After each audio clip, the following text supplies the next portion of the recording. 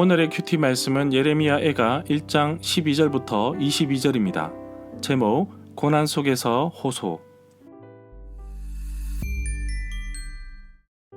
먼저 앞뒤 문맥을 살펴보겠습니다. 남유다의 중심지 예루살렘의 화려한 과거는 온데간데 없고 이제는 쓸쓸한 성으로 바뀌었습니다. 과거에는 영화와 기쁨을 마음껏 누렸던 예루살렘은 이제 슬픔과 눈물만 가득 차 있습니다. 예루살렘을 의인화하여 한 명의 여인으로 표현하고 있는데 과거에는 마치 여왕처럼 높임을 받고 추앙을 받았지만 이제는 마치 과부처럼 노예처럼 고단한 삶을 살고 있습니다. 이러한 원인을 죄라고 말하고 있습니다. 예루살렘의 모습을 보면 마치 사면초가에 걸린 모습입니다. 여전히 고난을 받고 있는데 여기에서 여호와 하나님께 살려달라고 호소를 하고 있습니다. 문단을 나눠보겠습니다. 12절부터 19절은 여호와께서 내리신 징벌로 인해 고난을 당하는 예루살렘. 20절부터 22절은 여호와를 향한 탄원. 12절에 보면 탄식하는 말이 입에서 터져 나옵니다.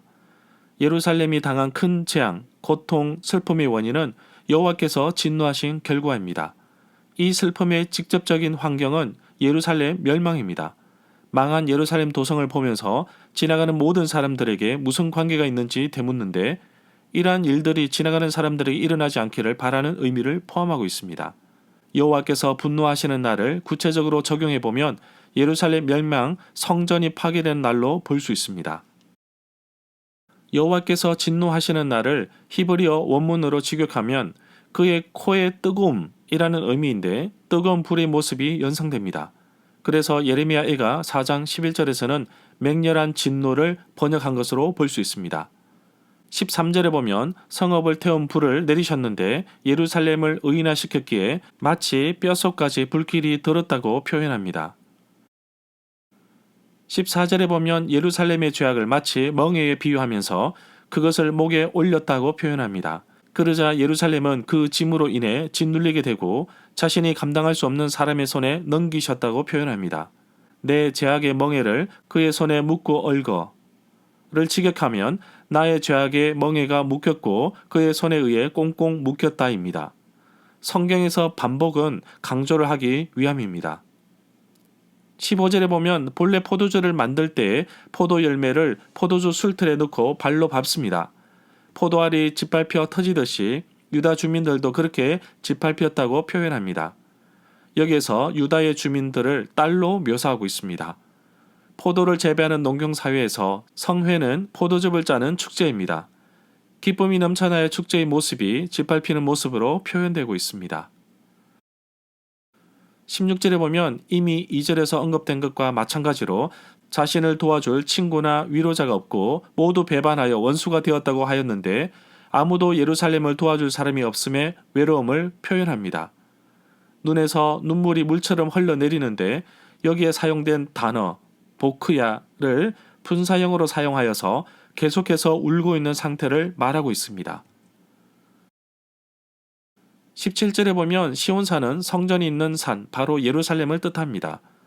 시온이 예루살렘 성읍을 대표하듯이 야곱은 이스라엘 백성을 대표합니다. 이스라엘을 치게 하신 분은 여호와이십니다.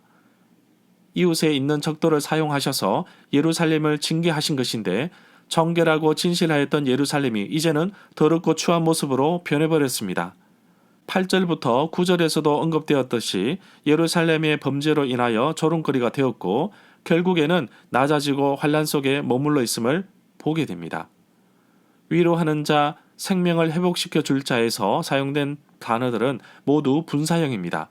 그래서 직역하면 무엇 하는 자라고 볼 수 있는데 위로하는 자, 생명을 회복시켜 주는 자로 번역할 수 있습니다.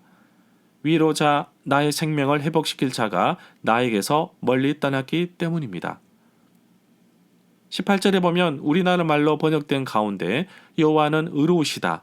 그러나 내가 라고 표현되었습니다. 그러나 라는 접속사가 들어가 있지만 히브리어 원문의 접속사 키는 그러나보다 무엇 때문에로 번역하는 것이 더 적절하다고 봅니다. 직역하면 여호와는 의로우시다. 왜냐하면 내가 그의 말씀을 거역하였기 때문이다 입니다. 19절에 보면 사랑하는 자들이 배신하고 떠났기에 위로하는 자도 없고 도리어 원수가 되었습니다. 11절에서도 백성들이 생명을 이으려고 보물을 내다 팔아 먹을 것과 바꾸었는데 이러한 모습을 보면서 자신이 비천하니 여호와께 돌아보기를 바라고 있습니다. 백성들이 이렇게 전전긍긍하자 백성들의 11조와 헌물로 살아가는 제사장은 더 살기 어려웠습니다. 제사장도 목숨을 유지하기 위해 먹을 것을 찾다가 기절하였다는 표현을 보면 예루살렘 성읍이 얼마나 황폐하였는지를 잘 말해주고 있습니다. 20절에 보면 애를 태우는 모습을 2장 11절에서 잘 표현하고 있습니다. 내 눈이 눈물에 상하여 내 창자가 끊어지며 내 간이 땅에 쏟아졌으니 이는 내 딸 내 백성이 패망하여 어린 자녀와 젖먹는 아이들이 성읍 길거리에서 기절함이로다. 이러한 절망적인 상황 속에서도 자신을 보살펴 달라는 의미로 여호와께 부르짖고 있습니다. 21절에 보면 슬퍼하고 탄식하는 구절이 4절, 8절, 11절에 나옵니다. 또 위로할 사람, 회복시켜줄 사람이 없다는 표현도 2절, 16절, 17절에 나옵니다. 이렇게 반복되어서 나오는 것은 더 이상 희망은 없으며 오직 유일한 희망은 여호와이심을 고백하고 있는 것입니다. 여호와께서는 의로우신데 자신, 예루살렘이 따르지 않아 고통과 환란이 있다는 것입니다. 22절에 보면 자신이 저지른 죄악이 낱낱이 드러내기를 바라고 있습니다. 그리고 원수들에게 보복해 달라고 외치고 있습니다. 절마다 상세한 설명과 구절 해석, 핵심 내용과 중심 줄거리는 네이버 블로그에 올려져 있습니다. 내게 주시는 교훈입니다. 징계와 심판은 하나님으로부터 시작되었지만 원인은 여호와의 말씀을 따르지 않음에 있었습니다. 나의 삶에서 하나님보다 더 앞선 것이 있다면, 나의 삶에서 하나님보다 더 귀하게 여긴 것이 있다면, 나의 삶에서 하나님보다 더 붙잡고 살았던 것이 있다면 철저하게 하나님께 회개하고 나아가기를 원합니다. 하나님보다 앞서고 하나님보다 더 귀해서 붙잡고 있다면 그것이 우상과 다를 바 없습니다. 주 예수보다 더 귀한 것은 없다고 고백하며 부른 찬송처럼 오직 하나님 한 분만으로 만족해하며 살아가기를 원합니다.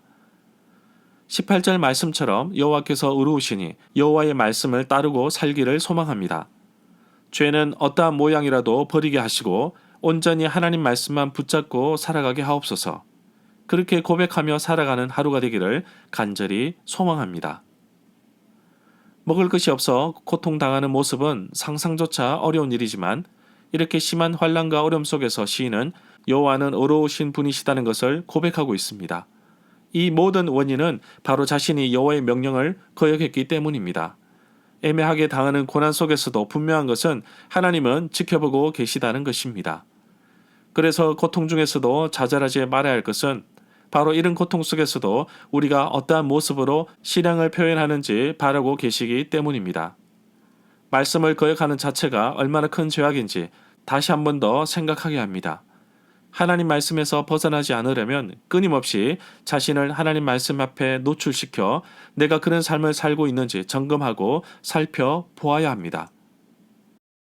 시인이 자신, 예루살렘의 죄를 인정한 것처럼 성령 하나님께서 내가 기도하고 내가 묵상하고 내가 찬양하고 내가 예배드릴 때에 기억나게 하시는 죄가 있다면 그 즉시 죄를 고백하고 용서함을 받아야 합니다. 죄로 인한 무거운 멍에를 벗어버리고 공의의 하나님에 대한 신앙을 끝까지 붙잡고 고난을 이겨내기를 간절히 소망합니다.